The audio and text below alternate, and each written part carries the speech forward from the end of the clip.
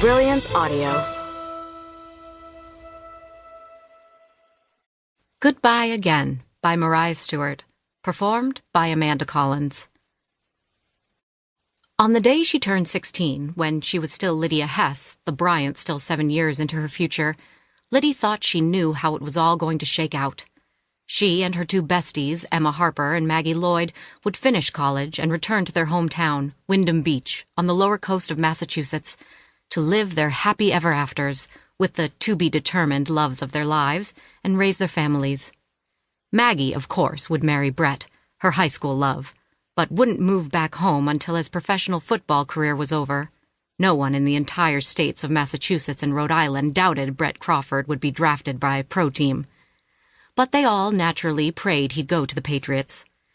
The three of them, Liddy, Emma, and Maggie, would always be best friends, and their children would play and be BFFs too. They'd live out their best lives together, grow old together, and support each other in whatever life might throw their way. At 59, Liddy was in turn amused and chagrined by her younger self's naivete when she considered her bold predictions hadn't even been half right once it was all added up. Liddy and Emma did return to Wyndham Beach after college graduation, University of Rhode Island and Smith, respectively.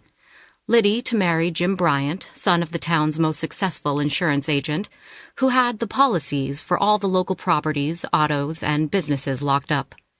Emma had married Harry Dean, who was older by 13 years and the son of the president of the First National Bank of Wyndham Beach, and destined to follow in his grandfather's and his father's footsteps to the bank's big corner office. Maggie had strayed most from the script, having, shock, broken up with Brett after his second season with the Seattle Seahawks, and instead of coming home, where Liddy and Emma could have supported her through whatever heartbreak she must have been enduring, had she taken them into her confidence, which inexplicably she had not, Maggie had stunned everyone by up and moving to Philadelphia, where 2 years later she married Art Flynn, a Philly lawyer, and settled into a life that had been step one in blowing up Liddy's life plan. Maggie had lived happily on Philadelphia's main line, raising her two daughters and teaching in the private school they attended. Grace, her older daughter, had gone to law school and joined her father's firm, Flynn Law, after passing the bar. She married the man she'd thought was her one true love, but that hadn't worked out so well. Natalie, the younger of Maggie's daughters, taught English at a community college in a Philly suburb and was the single mother of 4-year-old Daisy. Both Maggie's girls had made some questionable decisions over the past few years, mostly where men were concerned, but then again, Liddy conceded, who hadn't at some point in their life? 3 years ago, Art died from a cancer diagnosed only months before his death, and Maggie's seemingly happy life had come to a screeching halt. Emma and Harry had one son, Christopher, who'd been a joy to Emma, but a source of contention to Harry from the day the boy discovered music.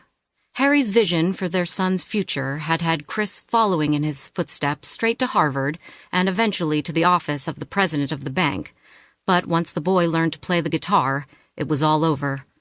Chris had set his sights on becoming a rock star, and that was exactly what he'd done, becoming the international voice and face of Dean, the band that had its humble beginnings in the Wyndham Beach garages of their ever-changing teenage participants. 9 years ago, Harry had had a sudden heart attack and died without ever reconciling with his son. Since then, Chris and his wildly successful band, the final lineup having solidified in college, had traveled around the world several times, leaving little time for trips home to visit his lonely mother. So much for M's happy ending. Liddy's blueprint for her own future hadn't quite held up either. She and Jim had bought the house his great-grandfather had built in Wyndham Beach, and they'd planned on renovating it and filling it with children. After years where she'd suffered a series of miscarriages and a stillborn son, Liddy had become mother to a healthy baby girl, Jessica, who'd been the center of Liddy and Jim's universe from the moment of her birth.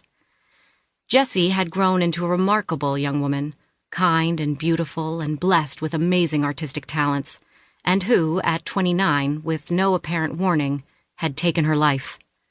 A year to the day later, Jim had asked for a divorce, and the collapse of Liddy's world had been complete. So much for happy ever after.